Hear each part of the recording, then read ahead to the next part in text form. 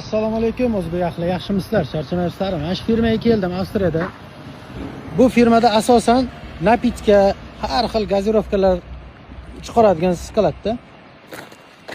O'sha yerdan ortgandim o'tgan safar. Ikkinchi marta kelishim aytgancha keldim, hozir registratsiyadan o'tdim, qo'limga shunday bejik berdi. Bu bejikning vazifasiki, qachon kiradigan vaqtingiz kelsa, masalan 12 dami, 1 dami, 2 dami shu jiringlaydi. Mana bu yerda ekranida ko'rinadi rampasi. Qaysi rampaga kirishimiz. O'sha to'g'ri haydab borasiz, mashina o'sha rampaga kelasiz, to'xtaysiz. Keyin asosan samozagruska o'zimiz yuklaymiz bu yerda. O'sha yuklaganimizga boshqa firmalarda qanaqa bilmadim, bizning firmamizda 20 euro to'laydi. Bu 20 euro qancha desangiz, taxminan o'zbek puliga 300 ming pul bo'ladi. Nima deb o'ylaysiz? Arziydimi? Mehnat qilishimizga 20 euro. Osmonni qarang. Shunaqa, hammaga yaxshi kayfiyat, sog' bo'ling.